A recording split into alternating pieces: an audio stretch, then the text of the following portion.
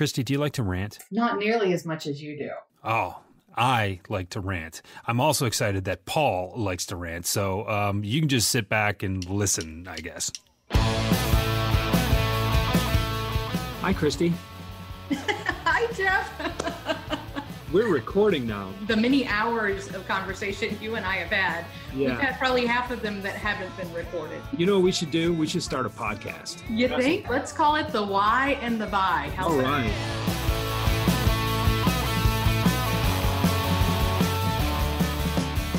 Okay, welcome back, everybody, to the Why and the Buy podcast. This is Christie Walters, and I'm here, as always, with my friend Jeff Bajorek. Jeff, how's it going? Great. Excellent. I'm saving all my breath because I'm going to rant. Paul and You're I are ready? going to rant here You're in a like little deep bit. breaths. So, You've been doing some breathing exercises. You're ready for this one. Finding my Om, finding my chi. I'm just, but I'm sitting here during the prep and I'm listening to you and Paul talk, and, you guys are old friends, and I feel like I'm going to have to, elbow my way into this conversation, but I typically find a way to do that. I think you'll be okay.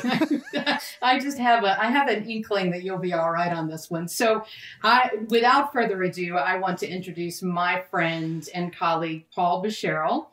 Paul is with Matterhorn Consulting and also has a new division of his organization called Sales Marines. And you'll understand when we get into this why we are having conversation with Paul today. And it's not just because of his connection to helping Marines and other veterans transition into civilian life, but it is also around what we're doing with our live book club this month. And that is, we're reading Extreme Ownership. So February 27th at 1 p.m. If you're interested in joining us for the live discussion, it's not a podcast episode. It is actually a Zoom call. You do have to register, so go out to the website. That's thewhyandthebuy.com and click on the book club and newsletter registration link, and we'll get you all the details that you need there. But I am so excited to have Paul here. Just to give you a little bit of my background, I grew up in my corporate life in the physical security industry. And Paul is a titan in that industry. He has been for many years. He's been in the physical security space for 40 years. And he is nationally recognized, works with organizations like PSA and SIA and ASIS and others. You have seen his space and you have seen his articles, and you have likely run into him at some point over the years if you've spent time in the physical security industry. Paul is also served in the Marine Corps and did one tour in Vietnam. We're going to ask him a little bit more about that experience in the military and some of the things that he does with other veterans today. But I want to bring Paul in for this. Paul, how's it going?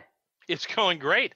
Could not be better. Yeah, I'm so excited to see your face. It's been a while. It's been 2 or 3 years, I think, since we've had a chance to meet up, and I just think it'll be fabulous for our audience to hear your background and maybe get you and Jeff on a rant here. I'll have to think of some stimulating questions to make that happen. You just wanted to take this episode off, Christie. That's all it was. That's it. I just thought I'd put a couple of people together and just sit back and see what happens. Well, I know better than to scrap with a Marine. So thank you for being here, Paul. Thank you for your service. And yes. What are you doing hanging out with us? When friends call, you got to come. That's kind of the way it works in the Marine Corps and in the industry. So when Christie reached out, happy to help out. So I love it. Well, Paul, tell us a little bit more about what you're doing right now. So I know you've Matterhorn Consulting. You and Jane have been doing that for quite some time, but Sales Marine's a little bit of a new project for you. So tell me a little bit more about it. Yep. So it really came down. So quick background on just 21 years in the security industry with ADT. And so I ran a $85 million sales business unit for those guys for many years. And then we've had Matterhorn about 20 years. So Sales Marines is really a project that has been around, rolling around my head for probably about 8 years based on client requests. So what I kept hearing from my clients was, we can't find the right salespeople. We can't find people with the right discipline and perseverance. And that also included technical people as well. So they kept asking me, can you do something about this? And I've done a lot of training in the industry, and I have a military background. And so the idea kept rolling around until I finally had time about 2 years ago. My son came to work with me on an internship. He went to Kent State, graduated, went to work, had 2 jobs, and then came to work with me for about a year in the industry. And so I've got to credit him probably more than anybody else getting this off the ground. And so he helped with the website, the marketing materials, the thought process. He's got a recruiting background, so he really helped me get started on it. But the bottom line to it is our military veterans are extremely well-trained, well-disciplined. I call them muscled millennials. And so they don't mind getting up there. They don't mind getting up in the morning and going to work and working hard. And they're very well trained. So I thought this would be a project that I want. So it's been in the making, the hard making, for about 1.5 years now, 2 years. And we're relaunching it in February here into a new format. So pretty excited about it. What's involved with a relaunch? I mean, this is a fairly new product to be, or a project rather, to be involved with. How do you relaunch it, and what's going to be different? My interest is piqued. Yep. So the original concept behind this was pretty grandiose, and the bottom line was this: is we would identify, recruit, and train for a full year an individual to go into sales, into the security industry, and or the technical side. Now, you can imagine the size and scope of this. So it's not just get me a body to go work for my company. It's get me the right body, make sure that they're interviewed correctly, make sure that the cultural fit is there between veteran and the company, and then to take them into a 12-month onboarding process. And the cost of that, of course, was significant. So when we introduced the concept and had it all laid out with all of the training, we had a full year calendar laid out and had about 12 partners to help us with this.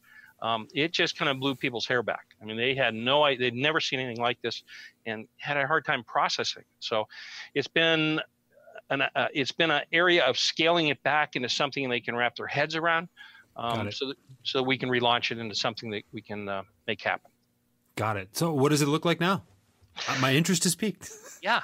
So it looks really good. We've done a lot of surveys on it to really find out, what the true cost of hiring a salesperson. And Jeff, you probably know this as well as I do and can talk to it as well, is the cost to hire a salesperson that is not a good fit can be extremely expensive.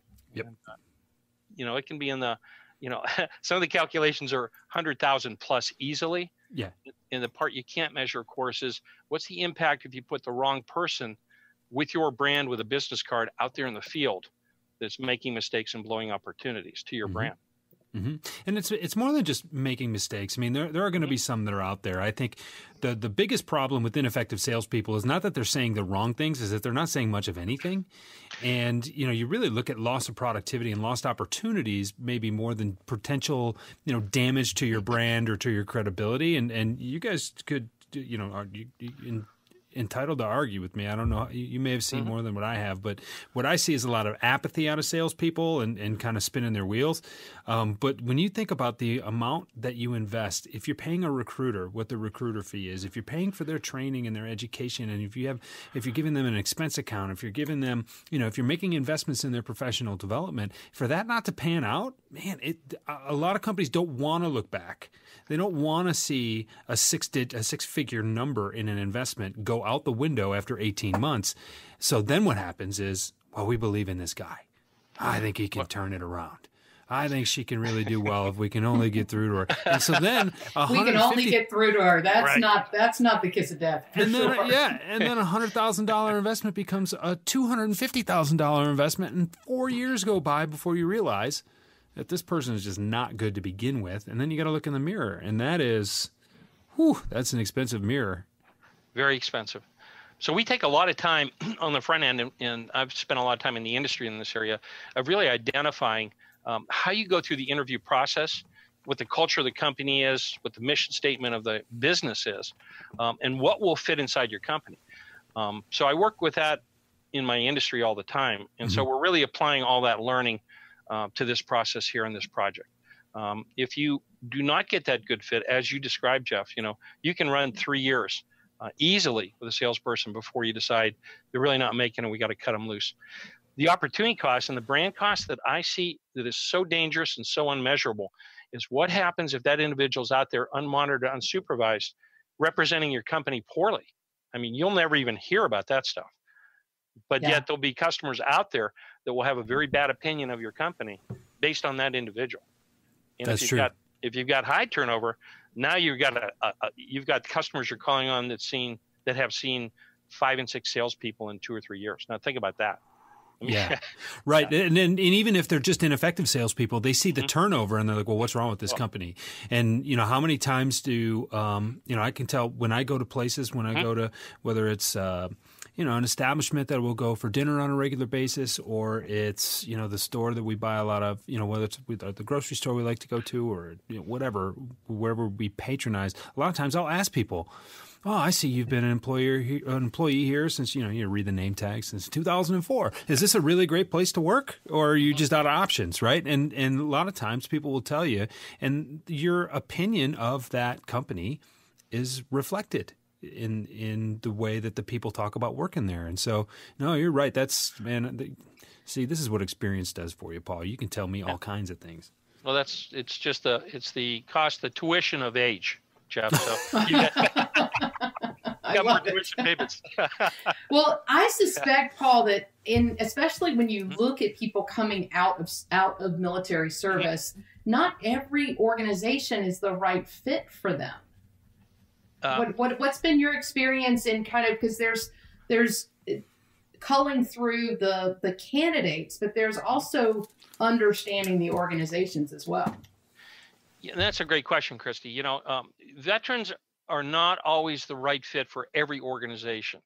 I would say, though, they're the right fit for the organizations that want to do a few things. Number one, in all the senior management I speak with, you know what their number one concern is? Acquiring talent. And that means across the board, not just sales, technology, operations, IT, you name it. It is the number one conversational piece I'll have almost all the time, is that we can't find the right talent, right? And the talent's out there. I know this because in the military, I was in the military in the early 70s and did a tour in Nam, and the draft was still going on at that time, of course. So we had people in the military that didn't really want to be there. And it was pretty obvious, and there were morale issues, and there's all kinds of things that went along with that. But in today's world, these are all volunteers. These are people who want to be there, which means they want to learn. Think about taking somebody who is 17 or 18 years old, and within 1 year or a year and a half, they're working on a $150 million airplane.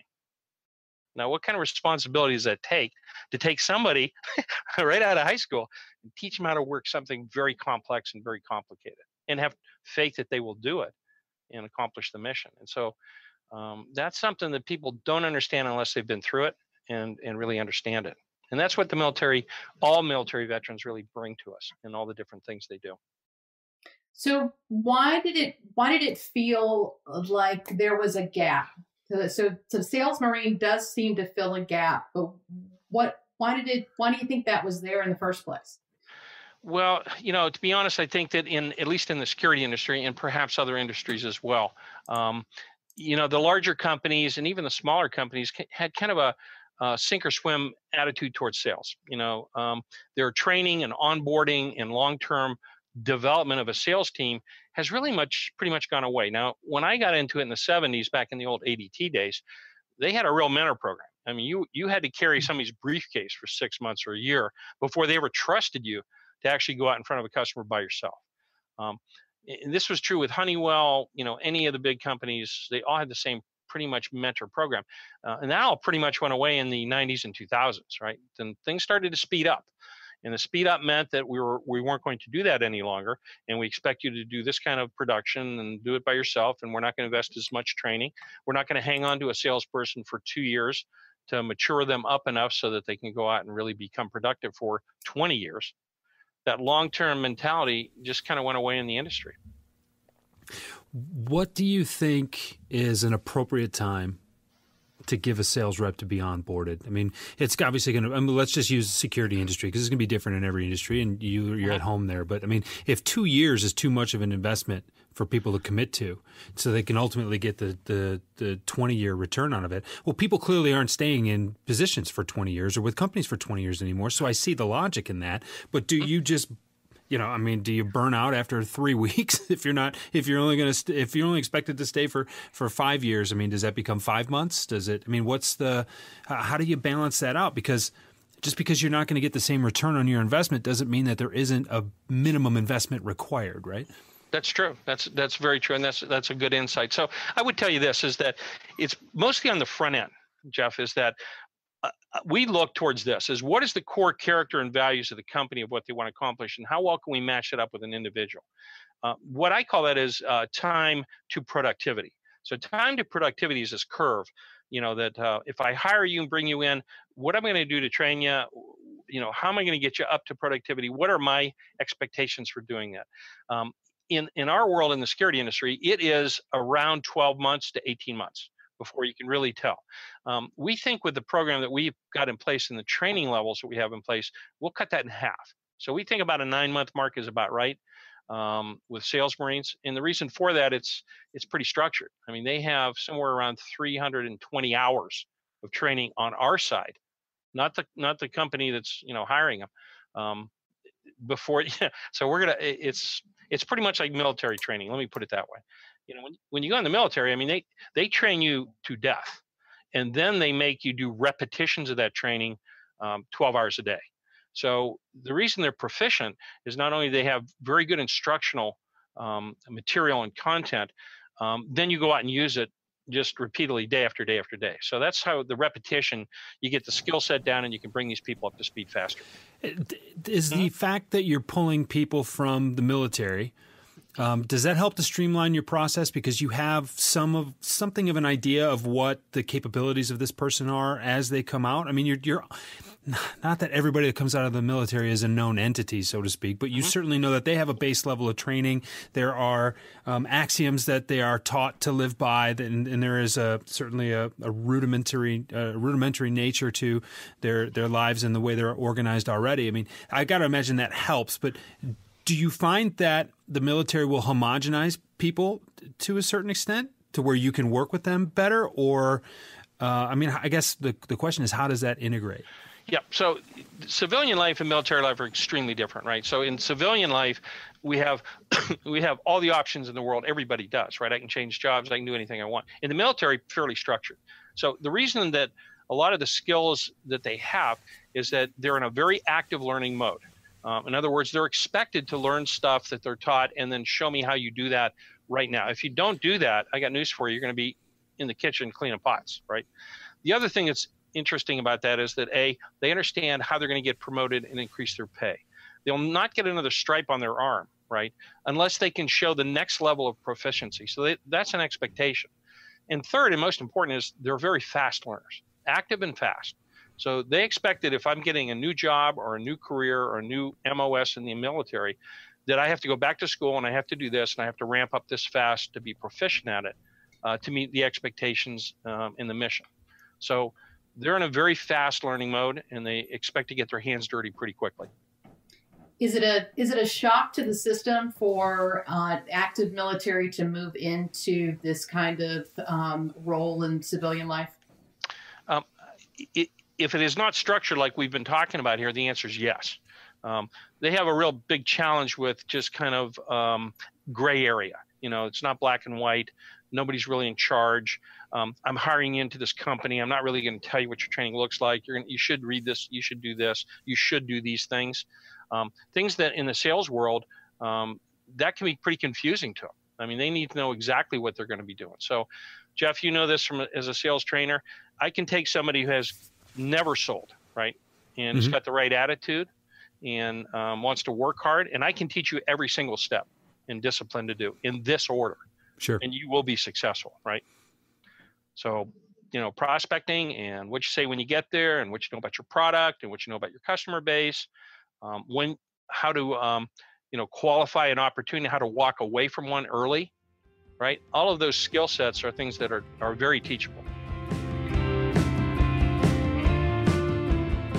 If you like us, tell us. Send us a message at The Why and the Buy on Twitter, or leave us a 5-star review on iTunes or wherever you got this podcast. Jeff and I are beyond excited that you choose to spend your time with us each week. We'd love to hear from you. And we thank you again for your support and for your connection. Do you think someone who is so regimented, do they have a hard time ad-libbing or improvising? Do they have a hard time being creative when everything has been so structured? Because one of the things that really separates great salespeople from good salespeople is their ability to really take something and really improvise in a situation and be creative with a means to still achieve that outcome. Does the rudimentary nature of the military have a detrimental nature to it beyond a certain point? That's a common comment that I hear pretty often, but I would disagree with it pretty strongly, and here's why. I love the famous quote by Mike Tyson, right? Everybody has a plan until somebody hits you in the face, right? Right. Or you get punched in the face. Well, that's pretty much military. So that's true. Yeah. And Eisenhower said it too, is you can plan all day long, right? And they plan for contingencies, but you know what? When it hits the fan, right, everything changes, right, in the field of battle, and you have to be able to improvise very quickly to both save your life and the people that you're working with and whatever your mission is. So they are very fluid, and they're trained to look at lots of different options. So I would tell you, I would prefer to have that, because when the pressure kicks up, I want somebody who can think on their feet and think fast and understand what survival is and what death is, right? Mm-hmm. If I got somebody who doesn't really understand how deep that is, then you can have people that will just ad-lib it the wrong way, right, in front of a customer. Well put. Yeah, no kidding. So, this month, Paul, is all about preparation on the why and the buy. So we're talking a lot about, routines. How do you prepare both personally and professionally? What do you take your class, the folks that come through your classes, what do you teach them about preparation when it comes to sales in particular? They've learned it from a military perspective, but how does that translate? Yep. So I have a course that we developed back in 2001. It's called Value-Based Conversion Selling. Actually, it was called Value-Based Selling, and then it was Value-Based Conversion Selling. So the very first step in that, Christie, is the V, which is verify. And verify is about doing your homework. And this is really simple and straightforward. There's no magic to this, and I don't claim to have created the magic. But, verification and doing my homework before I go see somebody is always first step, right? I better know about the company, who's running it, how long they've been in business, what do they make, right? Who are their competitors? If I don't do my homework in preparation, there is no way in hell you're going to be able to come up with good questions to actually engage in the sales call. Right? I can't be guessing at that. And second of all, in today's world, customers have less and less time to spend educating you. They expect you, if you show up, you better know something about what you're talking about. I don't want to tell you I've got 15 plants, 15,000 people, been in business since 1943, make this widget here, won that award. You better know that before you show up. And so that's really step one in really any basic sales training. And we've spent a lot of time on that. Yeah, at some point, if you don't know what you need to talk about, if you don't know enough about your prospect's business, you're just wasting their time. And if you don't know where to take that process to, if you don't know the next step to go to, and you don't have a plan of action to get there, then you're wasting your time and the prospect's time. And time is one of those things where we're never going to get more of it than we've got. And we have to be much more cognizant of how we're using it, and many times how we're abusing it. And it's really interesting. I heard the term, don't be a time waster with regard to that plan and that process. And, most people think they have a good conversation with somebody, and that's, oh, great. Yeah. I came back from that sales call. What'd you do? Had a great conversation. Yeah, that's cool. Okay. What are you going to do now? One of those things that I get asked a lot, and I know Christie does too, and I'm sure you do too, Paul. It's, what's the best way to follow up? Like, well, continue the conversation. Don't ever let it get to the point where you have to chase somebody. To know where you should be going, and then take control of that process and make sure that there is a next step in place, so you don't have to worry about it. And then you can move on to more productive time doing something else. I want to shift gears here just a little bit. because I have been recruited. I have been hired. I've been involved a little bit in some recruiting processes and interviewing and things. But how much, when you look at who's going to make a good sales professional, particularly for the security industry, how much do you use assessments, personality profiles, things like that? And how much do you just say, look, I've been doing this for a long time. This lady's got it. Hire her, put her in a management track and ready to go. I mean, where do you balance the objectivity of an assessment versus just your own experience? Because there's always some gray area in there. Yeah, that's a great question, Jeff. So we use a lot of different assessments. So we've developed probably a half a dozen or more on our own that are ours. We use some commercial ones that are pretty well known, such as HR Chally. So I used that for many, many years as far as predictive analysis of a salesperson and where they fit in an organization. We use DISC assessments. So we use a whole variety of that. The more that we have to look at, the more interesting the conversation is with us when we're going through the interview process and recruiting. So once I have some of these assessments, it'll take me down different tracks of questions with individuals. So we feel pretty strongly about it. The timing of it depends on the client and the hire that we're doing. Sometimes the more expensive ones will be weighted to the last interview step, right, before we invest the money in that. We make sure they have the cultural fit and all the things you had mentioned, the gut feeling and the experience level. Once we get it down to one or two, then we typically will spend more money on assessments. Now, where does the sales process start for you? Are you working primarily with the company that is doing the hiring first, and then going to a pool of candidates, or do you have a constant pool of candidates coming through your classes? No, it's pretty much customized, Christie. So each one of our clients is really kind of a custom profile. So we have about a 5-step process when we bring a new customer on base. And so that means that we look at their business, we look at their culture, we look at their history, we talk to the managers in the different departments, we talk to the owners. And so we get a pretty clear profile of what this company is really about and where they're going. So if they're an alarm company, that's great. Do they do alarm and access control? Do they do alarm access control video? Do they do AV access? Do they do HVAC? What is their business? And then where are they going with the market? So if they're a $7 or $8 million company today, where do they see themselves in 5 years or 10 years? Are they going to stay at that level, a little bit of growth, or are they going to rapidly grow? So all those things really factor into us understanding who they are. Then we help by customizing their job description, which is then posted into the database. And so our database is second largest to the Department of Defense. So we got there's a lot out there, but it's to place the geographical place, the job description, what it's about. And once we get a hit on that, then we interview those individuals, and the ones that we think are a good fit, then we practice with them a little bit on their resume and look at their schooling pretty hard. And then we line them up and introduce them to our customers. And we kind of monitor the interview process with our customers.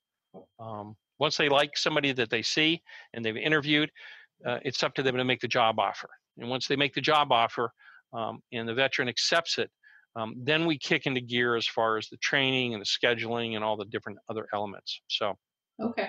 Mm-hmm. And is the training typically one-on-one, or are you having a group of people going through? Yeah, it's fairly individualized as far as the training, so they can kind of do it on demand. Again, we have really great partners in the industry. So Security CEU, if you know these guys, mm-hmm. right? So they're partners with us. We also work with ESA, so they carry some of our sales training programs. So we have quite a variety of the online stuff. And then we do pretty much customized webinar and then one-on-one coaching. So we do a lot of one-on-one stuff in the mentoring side. Once our customers tell us what product lines they carry, we line that up with the manufacturers. So if they're an HID, if they're whoever they are, we'll line them up with what those classes look like, so we get them involved in those. Okay. Those aren't our responsibility, but we make sure that they're done. Right. So you get kind of the technical background as well. Okay. Yep. So I thought it was interesting when you and I talked last was that you had already done a course with one of your clients on around the book Extreme Ownership. Now, Jeff and I had just decided to choose that book for February. Mm-hmm. Tell me why you chose that book. What about it? What really resonated with your client there? Well, it was written by a Navy SEAL, as you probably know, right? Mm-hmm. And so the Marine Corps is a department of the Navy. It's the men's department. And of course, Navy guys never like to hear that one. But I'm married to a Navy guy, by the way. Yeah. But they're the original Uber drivers for Marines. Oh, no. Oh, man. I know. That's probably going to ruin your whole podcast here. But no, it's all fun. We have a lot of respect for the Navy and all the hard work they do to get us where we need to go. So, but what was interesting about it was the book. This is a client I've had for about 5 or 6 years, and we've gone through a lot of different training stuff. But what they were kind of lacking was the real ownership of managing and owning their job. And so this was a perfect book for that. It really talks to the details of if you own it for yourself as the leader, then you can have the people that work for you and with you to own it as well. And so it really fit well into that big word that everybody uses, accountability, right? Sure. So that's what it was about. It was about how do we make them feel more accountable? How do we use the book and the lessons from the book in the workshop with some examples to really get that message across. And if any of you who are listening have ever seen Jocko Willink, if that guy's talking, I'm listening. It's the way it works. And hopefully he's talking from another room and I can be listening wherever I am. From a TV, right? Yeah. But I'm very excited. I mean, that's the next book for me to dig into. I just finished our book again from January with the Icarus Deception, and I am really looking forward to digging into extreme ownership because I've heard so many people speak so highly of it. And I think that the first thing you need to do, and you can go all the way back to Stephen Covey and the 7 Habits of Highly Effective People. Habit number 1 is be proactive, take responsibility. Extreme ownership is, is responsibility on steroids. And, this is the kind of thing that I think, and our listeners know that, because if you want to get better, you don't wait for someone to make you better. You take responsibility for your own development, right? You work on your fundamentals. You've got a routine for yourself. You're curious. You're looking for ways that you can gain an edge on your competition.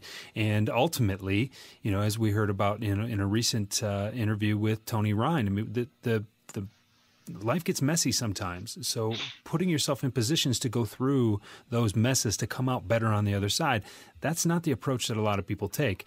And I think it benefits and behooves those who take that approach. So if I'm going to get anything close to that out of extreme ownership, and I'm pretty confident I'm going to, then can't wait to really digest it and then break it down with everybody on February 27th at 1 p.m. Eastern. Yeah, well, it's for effect. Yeah, that's very effectual, I'll tell you. Wasn't it? Jeff, you kind of hit on the point on this book and from our previous part of the podcast here. It's just military people taking ownership and understanding that they have to take action to do things, and it's their responsibility. You'll find that in the military almost throughout the military, right? And so that's one of the other things that really help us, with the program we're working on, is that, it's hard sometimes to get people that have been in the civilian life only to grasp that concept. It's not hard for military to understand what we're talking about here. So that's what we're so excited about. So cool. I think that's awesome. So so one of the questions that we always ask our guests, Paul, is yes. Is there a book, a thought leader, a program, something that has really influenced your sales career? And you're one of the best salespeople I know. So I'm really interested to hear what your answer is on this. Okay. Well, as a matter of fact, there is, and this one will not be a surprise to you. The name of the book is Semper Fi. And Semper Fi, of course, is the Marine Corps motto and mantra, which is always faithful. And it was written by Dan Carrison, and that's Carrison, and Rod Walsh. And both of these individuals were Marines. And also they worked for Diebold at the time. So this book was written probably in the late 90s, early 2000s, I'm going to guess. It's basically how business leadership in the Marine Corps way line up. So what can business learn from the way Marine Corps leaders are taught and trained to do? And so they bring up just fabulous examples. They're both excellent writers. They have a column that they write, and I highly recommend it for anybody who loves business and wants to learn a little bit about the Marine Corps, how the Marine Corps gets stuff done with probably the smallest military force and the smallest budget, and the worst conditions, and still get the job done, right? Right. Yeah. There you go.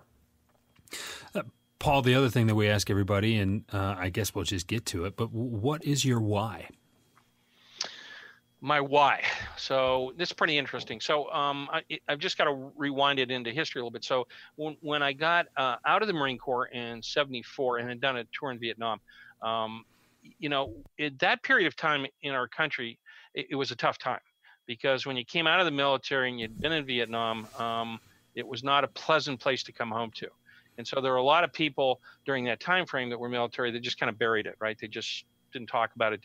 Some of them, went in one direction to kind of ease that pain, and others took it in another direction to, be more productive. So, I went to college, I worked full time, just put all my energy into doing that sort of thing. But you know what? It always stuck with me that, here you got people that served your country, that really didn't get any of the respect, and they didn't get the jobs, and you couldn't even talk openly about that experience very much, and they just had to bury it for a long time. And that always bothered me. So the why for me is, people that want to step up, want to serve their country and protect people in places, the why should be, we should pay attention to that. Now, the good news in today's world, everybody's all over the military. They're happy. They get a lot of respect, and it's well deserved. And I'm very happy for that. But my why is really making sure that we can take those people and get them into careers that are long-term and stable. Tremendous. Yeah, and there's still an awful lot of the trauma and challenges that veterans face coming back from service overseas too. And I think that's a really incredible perspective, because a lot of our audience is going to fall into that field of folks that don't understand what it was like to come home in those circumstances. And thank you for your service, Paul. Yes. I mean, again, Sure. and your service hasn't ended with your term in the Marine Corps. And clearly, I mean, you're doing something that's helping a lot of people, and the work that you're doing to help those people helps so many other people. Not very many people not very many salespeople will step back and think about all the people that they've helped through helping other salespeople, and I think it's valuable to look at it that way. And so, really appreciate you being here. Really appreciate you coming on and sharing some of your experience with our listeners. Listeners, if you like this interview, we've got more coming. We do stuff like this like every week. I mean, and then we're doing so many more episodes this year in 2018 than we did in 2017. I've lost count. I don't know which episode this is. You're going to have to refer to the show notes to find out. But we're really doing some cool stuff here. So we'd appreciate it if you went and just give us a star. And if you're going to give us 1, give us 5. Because, I mean, let's see. If it's effort-based, you might as well just click the one that lights up the most stars. But if you really like what we're doing, tell us. Leave a review on, Apple Podcasts. Leave a review on Stitcher Radio. Go to Overcast. Hit the star button. Give us a thumbs up. Send us an email, info@thewhyandthebuy.com. Like, we're accessible here, and we love interacting with you, which is why we started the book club. I love it. And I just want to say a big shout out. Thank you, Paul, for coming and joining us on the podcast. This was a lot of fun. It was so good to see you. Absolutely. Hey, thanks for having me, both of you, Jeff. It was a pleasure meeting you at first. I didn't hear the full rant, but I'm looking forward to that someday. So they're called Just Monday Musings. Hey, Christie, always great to see you, and I look forward to seeing you again sometime in the near future. And if I can get free on the 27th, send me an invite. I'll see if I can join in. Okay, Awesome. we'd love to have that. And that's our live book club discussion on extreme ownership on February 27th at 1 p.m. If you're interested in joining us, again, go out to thewhyandthebuy.com and click on newsletter registration and book club registration. You'll get all the information and how to sign up there. So, Jeff, it certainly is without question that Paul understands his why. I am no longer unclear on that subject. And when you know your whys, your hows and your whats get much better. Thank you, everybody. We'll talk to you again soon. See ya. I've told you twice. I told myself it doesn't matter. 99% of your success is rooted in your understanding and subsequent mastery of the fundamentals. I don't care what it is that you're doing. I was introduced to the fundamental principles of sales when I read Jeffrey Gitomer's Little Red Book of Selling back in 2005. I actually bought it and gave it away 4 or 5 times before I finished it myself. Now Christie and I want to give you something. All of those lessons and so many more are now interactive and available online 24 hours a day, 7 days a week, 365 days a year on the Gitomer Learning Academy. It has never been easier or more accessible to invest 10 minutes a day in your sales success. Go to GitomerLearningAcademy.com to check it out and send us an email to gla@thewhyandthebuy.com and we'll get you set up with a free 2-week trial. Christie and I were looking for a house band for the podcast, and we were told the Roots were busy. So we found the next best thing. They're called Haskins, and they are gigging regularly in southeastern Michigan and all the time at haskinsmusic.com. Go check them out. You're listening to the Podcast Detroit Network. Visit www.podcastdetroit.com for more information.